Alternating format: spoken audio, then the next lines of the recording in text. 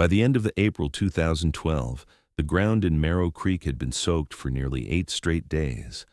What began as a slow, steady drizzle turned into a series of violent back-to-back storms that overwhelmed the town's drainage systems and pushed the Blackwater River far beyond its banks. Marrow Creek, nestled low between the hills of central Missouri, was used to spring floods. People there knew how to sandbag, how to move their livestock uphill, how to wait it out. But this one was different. Cell towers went down, sirens failed, roads disappeared under muddy current, and the water kept rising. At its peak, nearly half the town had been evacuated. Streets became silent lakes, and what wasn't submerged was slick with debris and rain. That was the last day anyone saw Walter Drury alive. Walter was a local mechanic, well-liked, quiet, dependable. He ran a small garage on Fowler Street and rarely left town. At 42, he'd lived his whole life in Marrow Creek and had rebuilt more engines than most people could count. His wife Leanne said he was always cautious during storms, never one to take risks. But that afternoon, neighbors saw him step out of the garage as the rain slammed sideways against the windows. He was wearing a poncho, carrying a flashlight and a set of keys. He walked west, toward his Ford pickup, parked near the edge of the bridge that crossed Little Stone Hollow. According to Leanne, he was going to help a friend move equipment to higher ground. It should have been routine. But Walter never came home. Search efforts were impossible that first week. Water levels were too dangerous, visibility near zero. Entire blocks of the lower town were unreachable without a boat. People focused on survival, power outages, collapsed sheds, livestock trapped in ditches. Walter's disappearance was a growing concern, but not yet a crisis.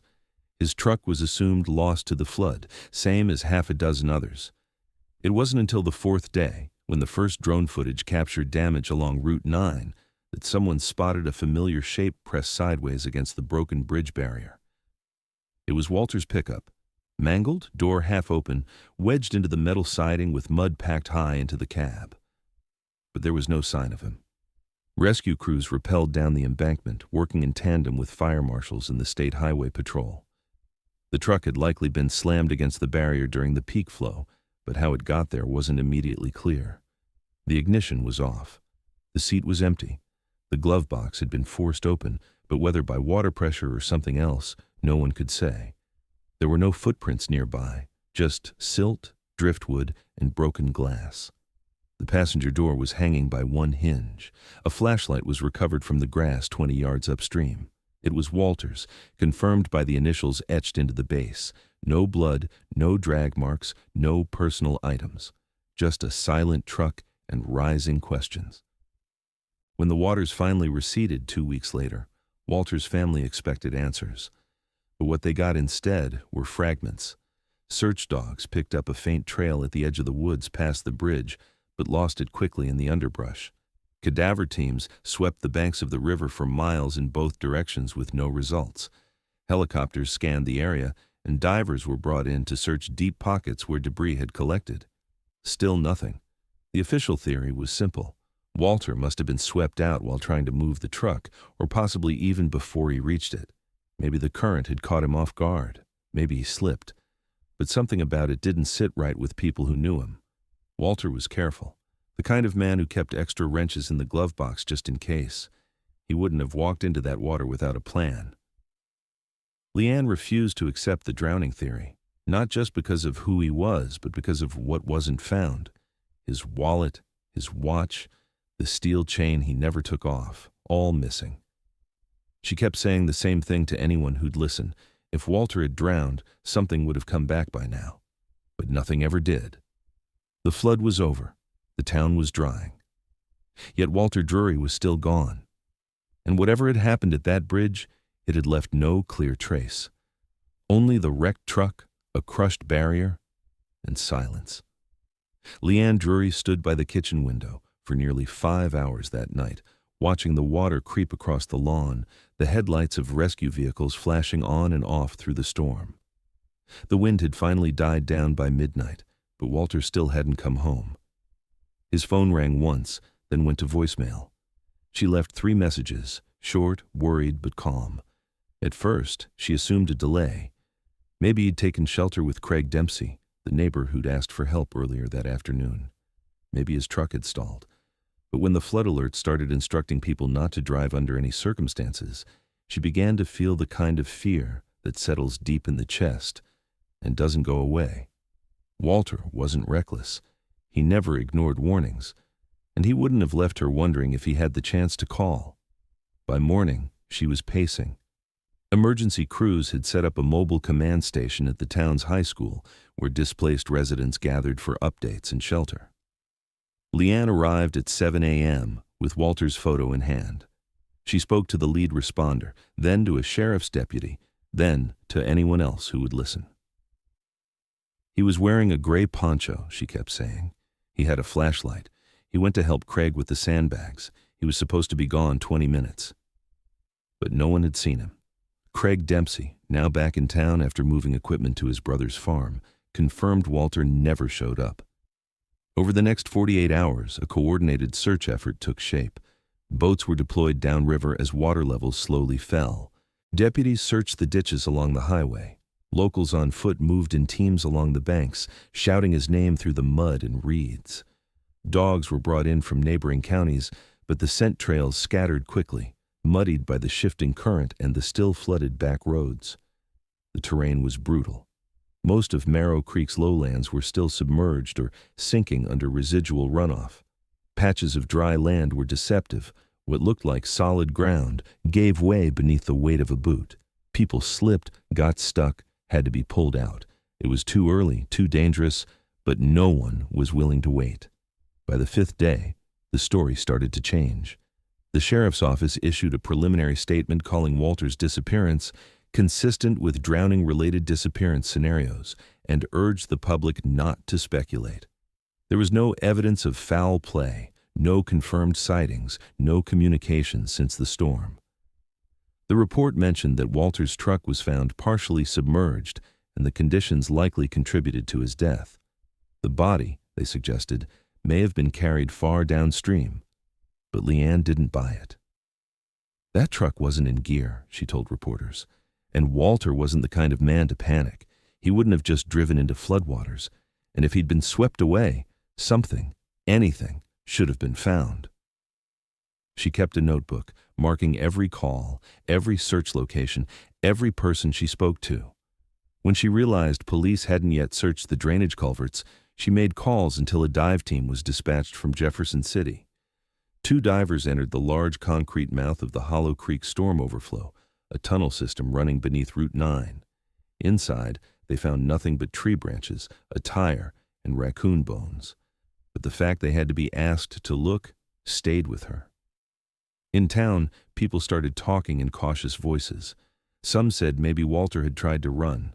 Others whispered about health problems or secret debts. But no one could name a motive. He hadn't emptied his accounts. He hadn't packed a bag. He didn't drink, didn't gamble, didn't stray. His garage books were clean. His tools were still laid out in his workshed, exactly where he'd left them. There was no warning, no argument, no reason to vanish. And that made it worse. The lack of violence, the lack of leads. It made everything feel unreal, as if a grown man could simply walk into a storm and never come out, leaving behind a house with the lights still on and a cup of coffee half full. By the 2nd week, the official search efforts slowed. Resources were being redirected to damaged infrastructure. Another storm was forming over the plains. Leanne was advised to prepare for long-term uncertainty. She didn't. She printed more flyers. She called in volunteers. She retraced every possible route from the garage to the bridge, marking each intersection on a plastic-covered map. In interviews, she didn't cry. She simply said what she believed. Walter didn't run. He didn't drown. And whatever happened that night, it wasn't an accident. Something was missing, and it wasn't just a body. It was the truth. The 3rd week after Walter Drury disappeared, the official search had quieted to a whisper. Law enforcement scaled back their presence, focusing instead on damaged bridges and collapsed culverts, while residents tried to return to routine. But Leanne and a small group of volunteers refused to stop. Using laminated maps and marked flood models, they began combing the woods and back roads themselves, operating in grids, checking off areas the authorities had labeled as cleared. It was a retired park ranger named Curtis Wells who spotted something wedged inside the edge of a storm overflow behind the old grain depot, just where the floodwater had begun to recede. What he found wasn't immediately dramatic. A cracked rubber phone case, wedged between iron bars of a storm drain, and a mud-covered canvas tool belt caught in a vine nearby. But the initials WD were stitched inside the belt's lining, and Leanne confirmed both items as Walter's. Oddly, they were discovered more than 200 yards upstream from where his truck had been found. The area had already been searched by officials during the first week, but they hadn't checked the debris-choked storm runoff that now hung open like a forgotten doorway. That's where the belt had been, caught in roots just beneath the grate, out of sight unless you knew where to look. Police collected the items without comment, labeling them supplementary evidence, but Leanne pressed for forensic analysis. A friend at the county lab agreed to expedite the results. What came back raised more questions than it answered. There was virtually no waterlogging on the leather, no mold, no rot, no degradation consistent with 2 weeks submerged in moving floodwater. The canvas was damp, yes, but not soaked through. The belt appeared to have been placed there after the worst of the flood had passed, perhaps days later. There was also no sediment inside the phone case, suggesting it had not traveled far in the current. This wasn't just an oversight, it was a fracture in the narrative. If Walter had been swept downriver, if he'd fallen into the water and vanished, how had his belongings ended up upstream, in a compartment the current wouldn't naturally reach? And why weren't they there earlier during the initial sweeps? Word spread quickly among the volunteers. Whispers turned into conversations. People started revisiting the early days of the search, wondering what else had been missed or misinterpreted. Craig Dempsey, the neighbor Walter was supposed to help that afternoon, confessed he always found it strange the truck door was open.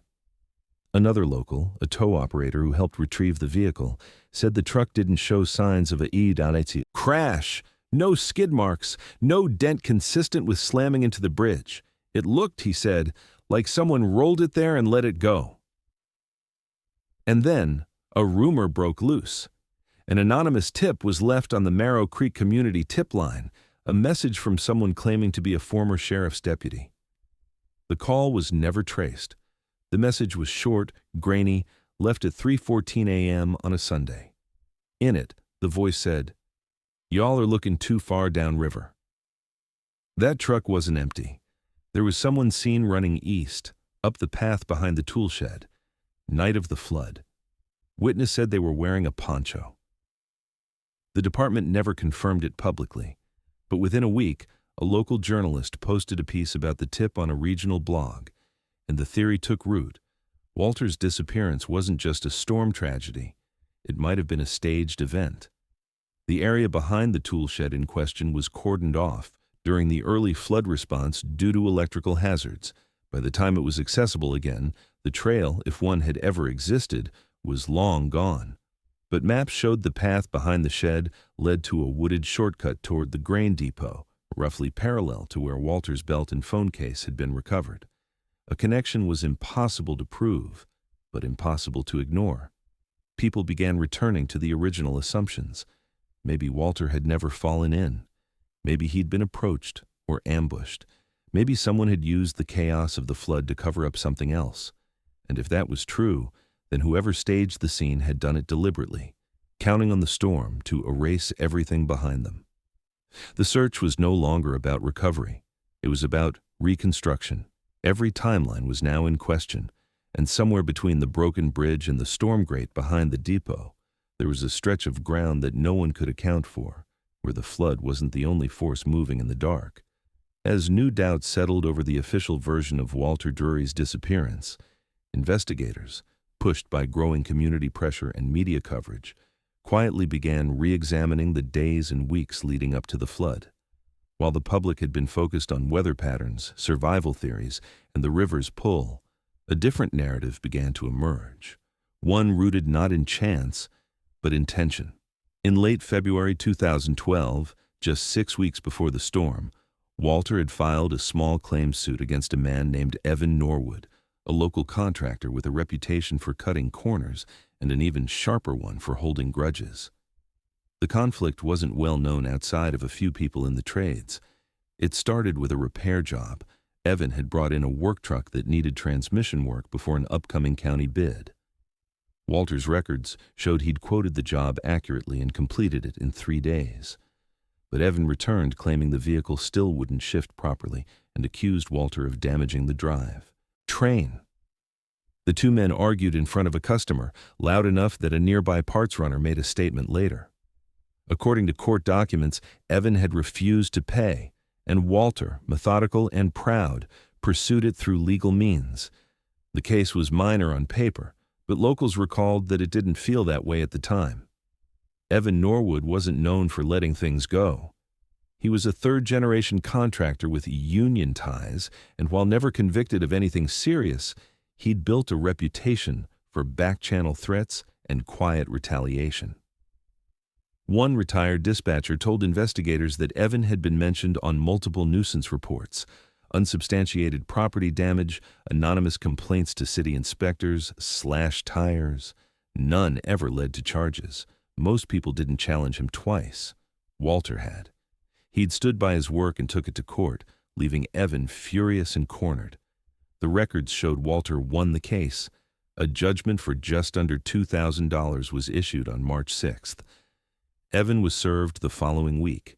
2 days later, Walter told his friend Curtis that someone had keyed the side of his truck in the garage lot. When Curtis asked if he thought it was Evan, Walter just shrugged and said, "Maybe. Doesn't matter. I'm not backing down." After the leak about the figure seen fleeing Walter's truck, Evan's name resurfaced quickly. He hadn't been interviewed during the initial search. There had been no reason. But now investigators paid him a visit. His demeanor was casual, even helpful. He claimed he'd been out of town during the flood, visiting his brother's family in Springfield. When asked for proof, he provided a statement from the brother and mentioned a hotel stay. Receipts followed, but they told an incomplete story. Phone records placed Evan's mobile device in Springfield on the evening of April 26th. But tower data showed something strange. A temporary signal pinged off a Marrow Creek relay just after 2 a.m. the following morning. Investigators couldn't determine if it was Evan himself or someone with access to his phone, nor could they prove whether it had simply bounced between towers during a weather-related disruption, but it cast doubt. When confronted, Evan brushed it off. "Could have been the storm messing with signals," he said. "Or maybe I left my work phone behind. Doesn't mean I was there." There was no warrant, no arrest, but the investigators noted inconsistencies. Evan's work truck, which he claimed hadn't moved in a week, showed a faint line of mud residue under the driver's side, a subtle sign it might have been driven recently. Tire treads didn't match those recovered near Walter's wreck, but forensic teams hadn't found much to compare. What they had was circumstantial. A past argument, a legal defeat, a storm no one could track clearly. But it was enough to widen the scope. Leanne hadn't known about the keyed truck or the final conversation with Curtis. When told, she said only, "Walter never wanted me to worry. He handled things quiet." The realization that her husband may have been targeted, that he might have tried to shield her from it, hit differently than the flood theories. Not random, not accidental, deliberate. The problem was proving it. Walter's case file remained open, but without a body, without a witness, there was little to escalate beyond suspicion. Evan Norwood remained free. He never changed his number. He kept working. He made no public statements, no denials. Just silence. In a town still rebuilding, silence had begun to take on a new weight. What started as a natural disaster was beginning to look more like a smokescreen. And somewhere beneath the surface, beneath the broken bridge, the misplaced belongings, and the fractured alibis, there was a history that hadn't been washed away. A grudge left festering. A man who'd stood his ground. And a truth that was slipping further out of reach with every day that passed. In the fall of 2012, as flood recovery slowly shifted into reconstruction, residents across the outskirts of Marrow Creek began returning to long-abandoned properties. Barns were torn down, sheds dug out, fences rebuilt. It was in one of these forgotten corners, a weed-choked tract of farmland just east of Lantern Hollow, that a retired teacher named Ronald Beck stumbled onto something that didn't belong. He'd been clearing debris from an old livestock barn when part of the collapsed floor gave way beneath his boot.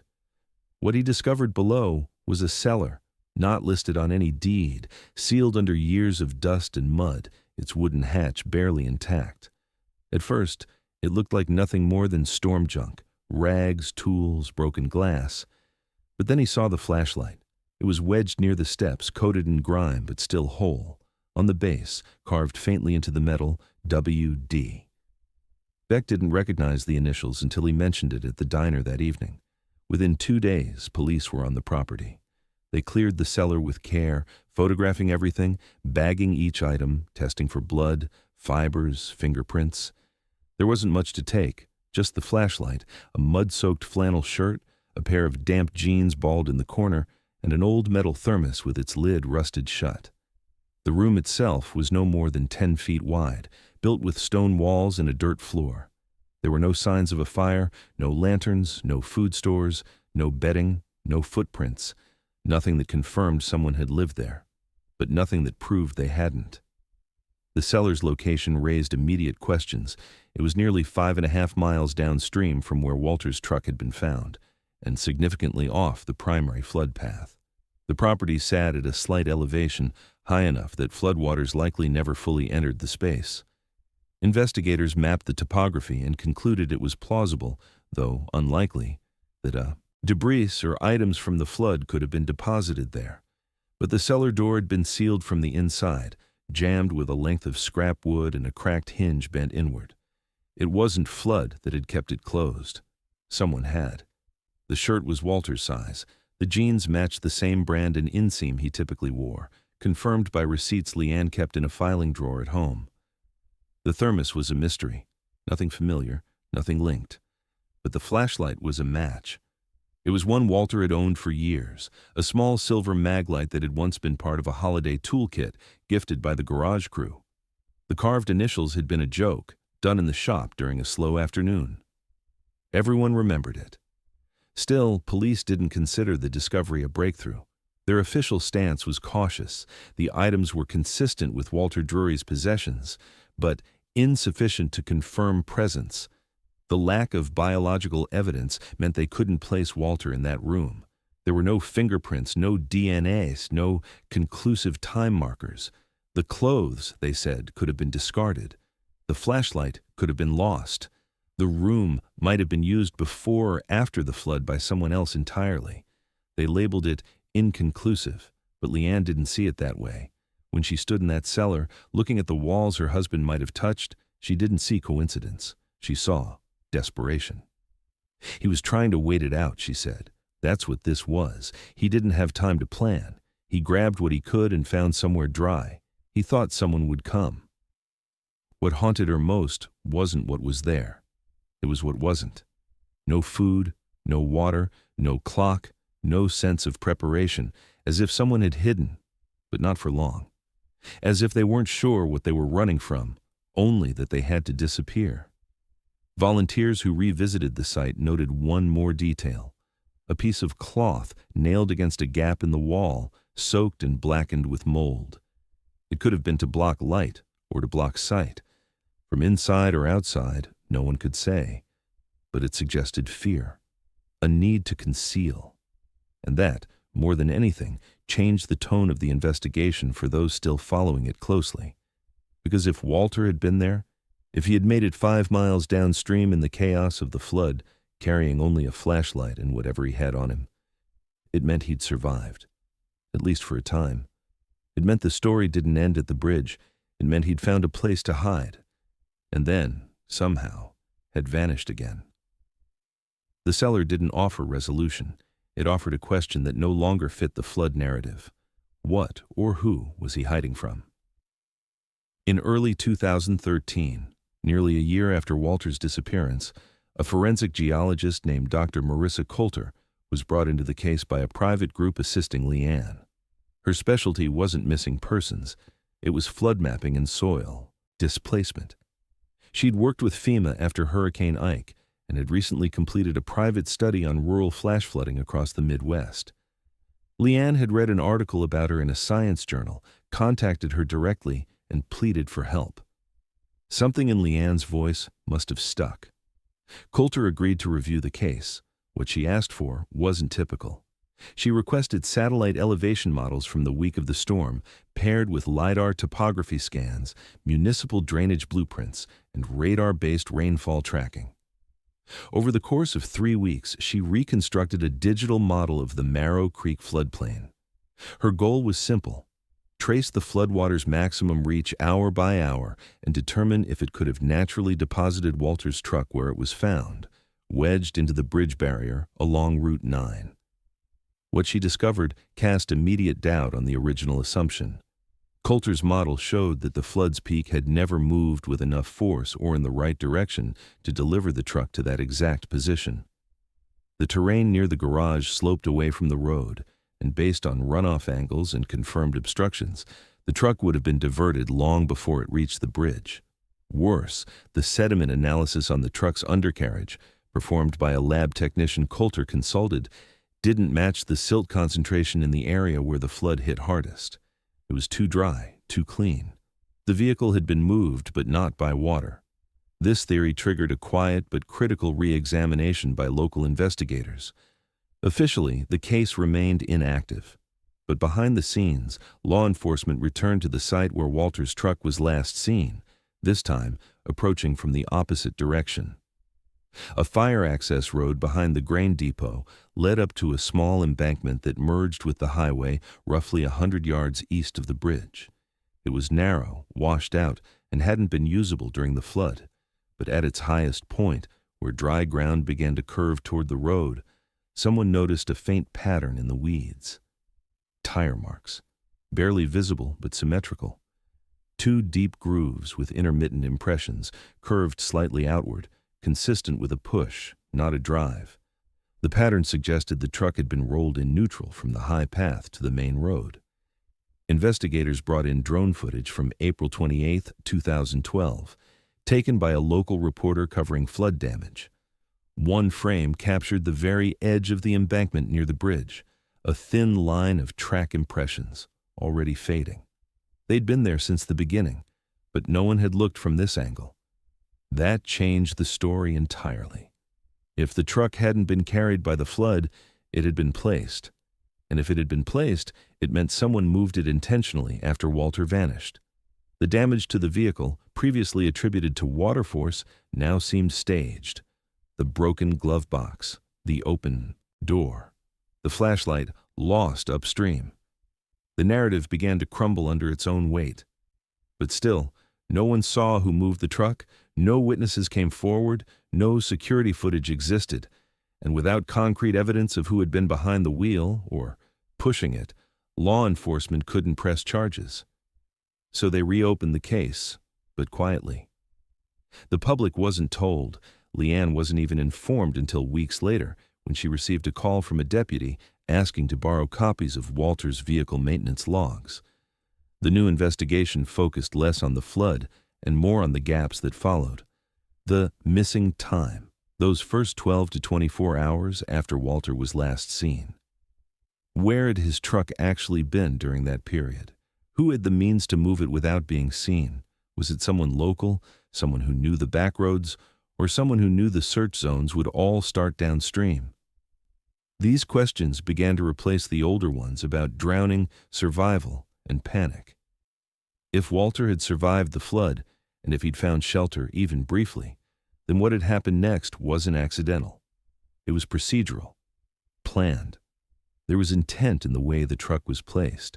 There was distance in how the cellar had been concealed, and there was calculation in how the evidence had been scattered just enough to create confusion. The river hadn't taken Walter. That much now seemed certain. But someone had taken the story of his disappearance and tried to bury it under mud and water. And the closer investigators looked, the more it felt like the truth had been engineered to stay lost. In October of 2016, A man named Elliot Voss was hiking a narrow trail along the Black Fork tributary about 12 miles northeast of Marrow Creek when he noticed something strange tucked inside a hollowed cottonwood tree. At first he thought it was an animal burrow or some kind of weathered trash, but when he reached in, his fingers struck metal. He pulled out a small steel box, rusted at the edges and sealed with tape that had long since dried and cracked. Curious and thinking it might contain old ammunition or camping supplies, he opened it right there on the trail. What he found was a soaked, warped journal, its pages swollen, corners fused, many sections unreadable. But some words remained, and the ones that did chilled him enough to turn back and report it. The box made its way to local authorities, who quickly linked it to the still-open case of Walter Drury. The location alone was enough to raise eyebrows. Black Fork had never been part of the original search grid. It was far beyond where any officials had thought to look. The terrain out there was wild, rarely trafficked, a tangle of ridgelines and shallow creek beds that twisted for miles. It wasn't a place people wandered into by mistake. Yet here was a box, sealed, deliberate, and dry enough inside to preserve ink. The journal itself was ordinary. A dime store composition book with a soft vinyl cover. It had no identifying name, no address, no title. But on the inside of the back cover, someone had scribbled a phrase in faded blue pen. "Daylight is quiet, but night is not." That single sentence triggered a quiet escalation. The notebook was sent to forensic analysts who began the long process of separating the pages, stabilizing what could be saved. Out of dozens of entries, only fragments from 9 survived in full, and among them were phrases investigators could not ignore. "Watch the flood come up the ridge. Took too long to decide. No lights in the trees tonight. No voices either. I can still hear him outside the door. Same boots, same cough." There was no signature, no names, but the tone was clear. Whoever wrote those words had been hiding. The entries weren't poetic. They were blunt, fragmented, filled with spelling errors and repeated lines. One page had the same sentence written 6 times in a row. "Don't go down the trail. Don't go down the trail." The handwriting was erratic in places, calm in others. Analysts attempted to match the penmanship to known samples from Walter's auto shop forms and holiday cards. The results were frustrating. The notebook's condition made direct comparison difficult, but one examiner wrote that the slant, spacing, and pressure were broadly consistent with Walter's handwriting. It wasn't confirmation, but it wasn't a dismissal either. Leanne was brought in to review the entries. She didn't hesitate. "It's his," she said. "He always had that loop in his L's, always capitalized words mid-sentence when he was nervous. That's him." But legally, personal identification wasn't enough. Authorities classified the journal as unverified but relevant. They didn't publicize its discovery. They didn't reopen the case publicly. But behind closed doors, interest reignited. The question now wasn't just whether Walter had survived the night of the flood. It was how far he'd gone. 12 miles, through heavy terrain, with no map, no gear, no food. Had he been driven? Had he been chased? Or had he simply run until there was nowhere left to go? Geographic analysis showed the Black Fork region was one of the few areas that hadn't been flyered or patrolled in the original search. It was considered outside the range of survivability given the conditions. But the presence of the journal shattered that assumption. If Walter had made it there, and if he had hidden something that detailed, that specific, it meant he hadn't just run. He'd been trying to tell someone something. The most haunting detail came from one entry that was only partially recoverable. It read, "Was going to try for the road tonight, but the cough came back. He's close again. I think he knows." No one could say who he was. No names were ever mentioned. But the reference to the cough, the sound, was repeated 3 times across the entries. And each time, it came at night.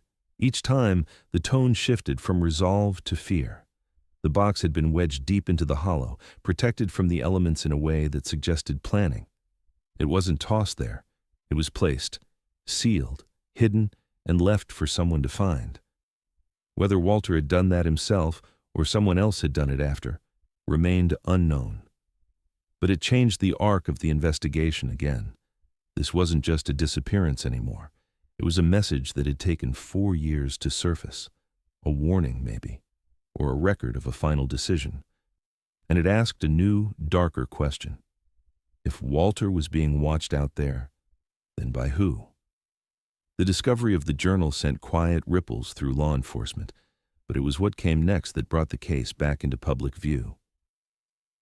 After a brief local news mention hinted at the existence of a potential artifact linked to the Drury case, a retired conservationist named Gene Allwood reached out to the sheriff's department. He had heard about the journal being found near Black Fork and remembered something from years back, footage from an old wildlife trail cam he had set up during a private deer migration study in 2013. At the time, he hadn't thought much of it, but now, with fresh eyes, he wondered if it had meant more than he realized. Gene had kept the original data files stored on an aging laptop in his garage. It took several hours to retrieve the footage, but once he did, he located the exact frame he'd remembered. It was dated July 19, 2013, over a year after Walter had vanished.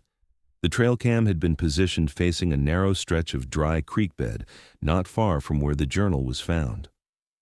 The image sequence showed nothing out of the ordinary for most of the day: raccoons, deer, distant birds. But just after 4:12 p.m., a figure appeared along the far edge of the camera's range.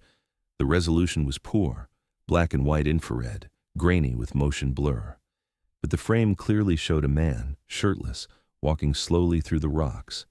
He was barefoot, thin, with dark hair and his head slightly turned from the lens. Mist drifted from the nearby water, partially obscuring his face. But on his right calf, just above the ankle, a faint line curved downward, a scar, small but visible. When shown the image, Leanne didn't hesitate. "That's where he cut himself on the lawnmower blade back in '09, she said. "He always had a mark there. That's him." The sheriff's office submitted the frame to a forensic imaging lab for enhancement, but the quality left little to work with. Facial features were unrecoverable. No tattoos, no identifying marks beyond the scar. The lab could confirm only that the figure was male, likely between 5 feet 10 inches and 6 feet 2 inches, and barefoot. They couldn't confirm identity. Not legally, not definitively. Still, the timing couldn't be ignored. The figure had been spotted in Receded midsummer, 15 months after Walter vanished, just miles from the cellar, just miles from where the journal had later been found. No missing persons reports from that year matched the description. No other known hikers were registered in that area that week. Gene's camera had been part of a private survey. No park authority records existed. The man in the image had passed through a stretch of land that was remote, unpatrolled, and largely forgotten. When the story broke, it reignited local interest like gasoline to a long, cold flame. Online forums that had once speculated about Walter's fate came back to life. Some argued it proved he'd survived. Others claimed it had to be someone else, possibly even the man he'd referenced in the journal entries. A few conspiracy-minded voices pushed the idea that Walter had chosen to disappear, staging his own absence. But most believed something simpler and more haunting. Walter had lived. Not for long, maybe. Not well. But long enough to walk through the woods, barefoot and watching. The footage also raised a difficult question for Leanne. If Walter had been alive in 2013, why hadn't he come home? What had kept him in those woods, close enough to civilization to be captured by a trail cam, yet far enough to remain silent? Had he been injured? Hiding? Was someone still out there with him, controlling him, threatening him, keeping him isolated? Or had he simply been too afraid? The image was printed and placed beside Leanne's kitchen window, right next to the last photo ever taken of her husband, the two of them standing outside the garage, smiling in matching jackets. She stared at both, sometimes for hours, comparing the posture, the slope of the shoulders, the angle of the jaw, even in shadow. "If it wasn't him," she said once in a recorded interview, "then it's someone who walks like him, hurts like him, and carries the same kind of silence he did." But the trail cam offered no second frame, no follow-up, no sequence of movement, just a single glimpse, one step, one breath, one trace of something long gone. And from that moment on, the case was no longer just about what had happened in 2012. It was about what kept happening afterward. Someone had been out there. Someone who shouldn't have been. And whatever Walter's story really was, it hadn't ended at the flood. It had kept walking, barefoot, into the trees. In the spring of 2022, a flash storm tore through the upper reaches of the Merrow Creek watershed, flooding out back roads and shaking loose debris from long-forgotten places. One of those places was an old railway trestle that had once connected the region's timber industry to the state line. Decommissioned decades earlier, the bridge had become little more than a skeleton, overgrown, decaying, and avoided by locals. But after the storm undermined the foundation, county work crews were sent in to assess the risk of collapse.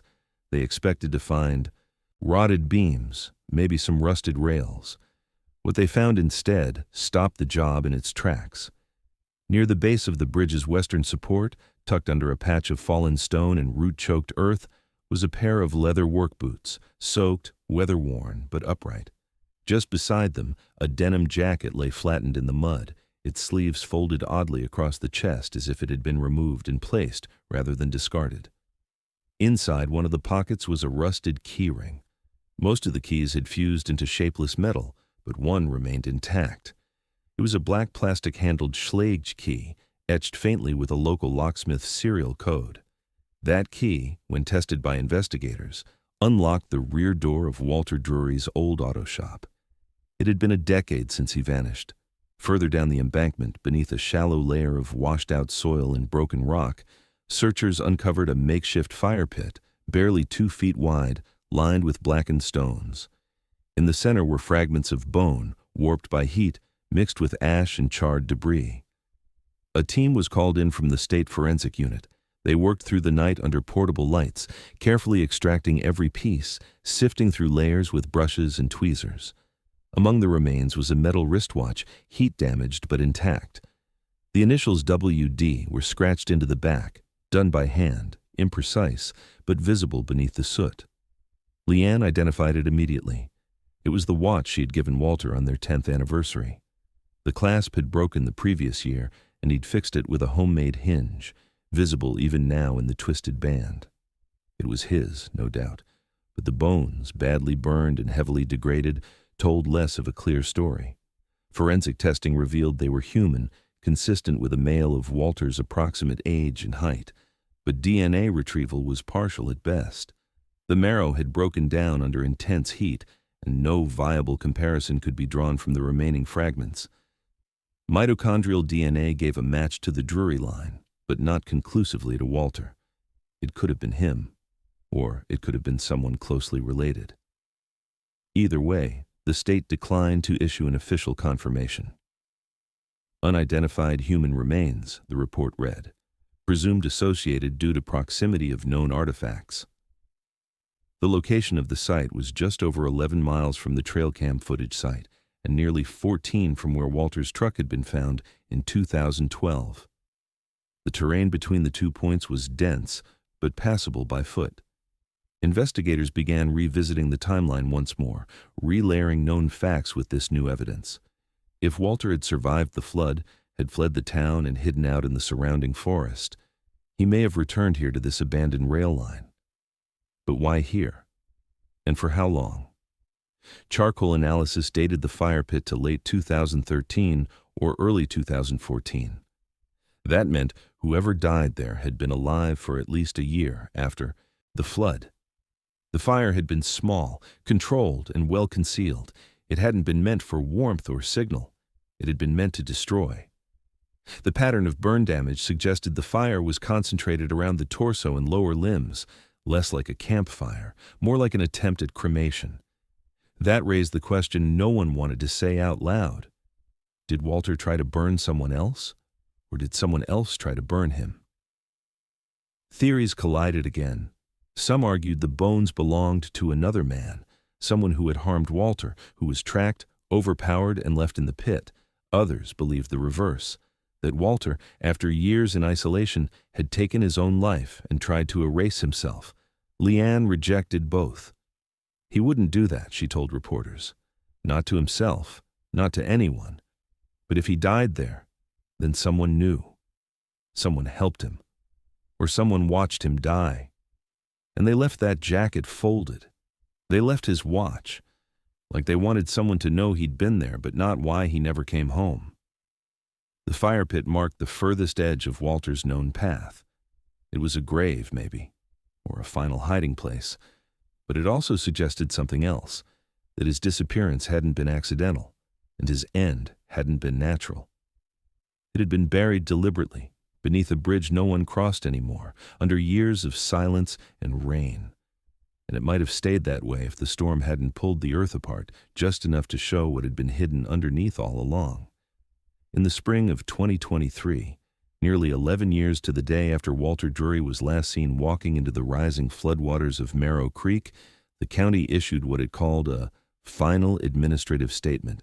It was not an arrest, not a confession, not justice, but it was official, typed plainly on government letterhead, notarized and stamped with the seal of the sheriff's office. It concluded, without fanfare, that Walter Drury likely died as a result of storm-related exposure, compounded by environmental isolation and possible injury. It cited the jacket, the burned bones, the damaged watch.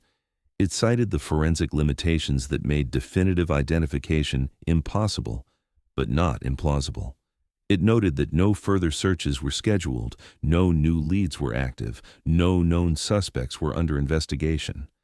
The file, in their eyes, was now closed, but not everyone agreed.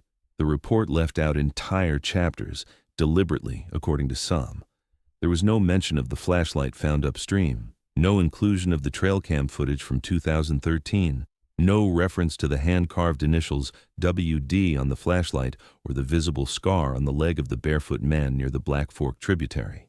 And perhaps most glaring, no line in the report addressed the testimony of a witness who claimed to have seen someone fleeing the scene of Walter's abandoned truck the night the storm hit. To the county, it was a missing persons case that had finally grown cold enough to bury. But to those who had followed every twist, combed through every map, clipped every article, and walked those floodplains year after year in search of something that still felt unresolved, Walter's disappearance wasn't a natural tragedy. It was a disruption, a fracture, something that had been made to look like a drowning, but had never quite fit the water. Leanne didn't issue a public response. She'd stopped answering media requests 2 years earlier. But a month after the report was released, she held a private memorial along the edge of Route 9, near the collapsed bridge where Walter's truck had been found. There was no sermon, no speeches, no priest.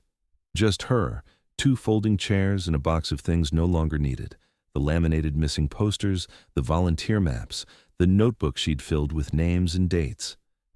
At the center of the gathering, if you could call it that, was a clean pair of leather work boots, placed side by side at the edge of the guardrail, facing the water. They weren't Walter's, not exactly. His actual boots, soaked, warped, and unearthed near the trestle, had been kept in police evidence storage. These were the same brand, same model, same size, bought online 6 weeks earlier. Leanne placed them there deliberately, not as a replacement, as punctuation, a quiet signal that she had said all she could say, searched all she could search, and now stood on the edge of the same silence that had swallowed her husband. Reporters snapped photos from the tree line but didn't approach. A few townspeople stood at a distance, unsure of whether to speak, unsure of whether there was anything left to say. The wind off the floodplain was soft that day, too warm for spring, and the water below moved slowly through its altered channel, reshaped by a decade of erosion and runoff. The bridge had long since been decommissioned, a new overpass built upstream. But the barrier remained, twisted, rusted, scarred by time and by questions that never quite faded. In online forums, the statement from the sheriff's department was dissected line by line. Commenters highlighted vague phrases, ambiguous timelines, careful omissions. One user with a background in hydrology argued that Walter's truck couldn't have reached its final position without being physically staged. Another posted a series of satellite images showing that the soil composition near the trestle where the remains were found didn't match the fire pit burn pattern, suggesting they claimed that the body had been moved after death. There were charts, overlays, annotated diagrams, speculation blurred with obsession. But one post stood out among the noise. It read simply, "This wasn't about the flood. It was about what came after, and who was waiting in the dark when he tried to get away." Because the truth, if you could still use that word, had never lived comfortably inside the official version of events. From the beginning, the story asked questions that were answered too quickly. Why was the glove box forced open if there was no sign of a crash? Why was Walter's belt found upstream, clean and nearly dry, if the current had supposedly pulled him downriver? Why was there no trace of blood in the truck, no sign of a struggle? And most of all, why had no one, not one person, seen him after he left the garage, if his plan had been to meet a neighbor just 2 blocks away? These weren't conspiracy theories. These were the gaps, the spaces where silence took root. Then came the journal. Pages warped by rain, stashed in a sealed metal box hidden inside a hollow tree more than 12 miles away from the search zone. A notebook with no title, no signature, but a voice so distinct, so raw in its fear, that even law enforcement admitted it sounded like a man trying to outlast something he didn't understand. "Don't go down the trail," one entry read. "He's coughing again." Another wrote, "I hear breathing when I try to sleep." It's not mine. Some believed those were the words of a man suffering hallucinations, disoriented, malnourished, slipping mentally. Others weren't so sure. The trail cam photo, grainy, grayscale, infrared, captured in July 2013, showed a thin, barefoot man stepping carefully along a dry creek bed near where the journal had been found. The scar on his leg matched Walter's, but the image was too blurry for proof. The sheriff's office dismissed it as inconclusive. Leanne framed it. She never tried to convince anyone of anything after that, not the sheriff, not the press, not even her closest friends. "It was him," she told them, "but if no one wants to say it out loud, I don't have the breath left to argue." She didn't say it with bitterness. She said it with the kind of tired that comes from holding on to someone with nothing but memory. And then there were the boots, the jacket, the key ring, discovered under a trestle that hadn't supported a train in over 60 years, and beneath that, the fire pit. Not a campfire, a burn site, small, controlled. Bones reduced to fragments, damaged beyond full recovery. The watch found in the ash, the initials carved into the back, the same ones Leanne had given Walter on their 10th anniversary. It was all there, just not enough to convict or explain or even confirm the one thing that seemed most obvious, that Walter had not simply vanished, he had survived for weeks, maybe months, maybe longer. Until something or someone made sure he wouldn't return. But the sheriff's office didn't mention the fire pit in the final report, or the depth of the pit, or the chemical composition of the ash, which included traces of accelerant. None of it made the official timeline. Because once you admit the story isn't clean, you have to admit it might still be alive. And that's harder to contain. At the memorial, as the last car pulled away and the reporters returned to their deadlines, Leanne sat by the edge of the bridge alone for several minutes, not crying, just listening. The river moved beneath her, the same river that was blamed for everything, that had been named in every headline. Local man lost to floodwaters, washed away during historic storm. But the river hadn't taken him. It had only covered the evidence. The real silence had come after. Not the roar of the flood, but the quiet that followed. The silence of unanswered calls, of tire tracks ignored, of keys left buried, of people who looked the other way, not because they were cruel, but because it was easier than asking what it really meant to disappear in a place like this, where storms erase the past and questions can be declared too late to matter. Walter Drury didn't vanish on April 27, 2012. He exited one story and entered another. One that played out in cellars, on trails, through broken bridges and unmarked trees. He walked miles, maybe days, carrying the knowledge that someone didn't want him found. And when the final image of him was burned, buried, and left beneath a trestle built for a world that no longer existed, the last thing left behind wasn't evidence. It was a pause, a question, and it's still waiting in the floodplain.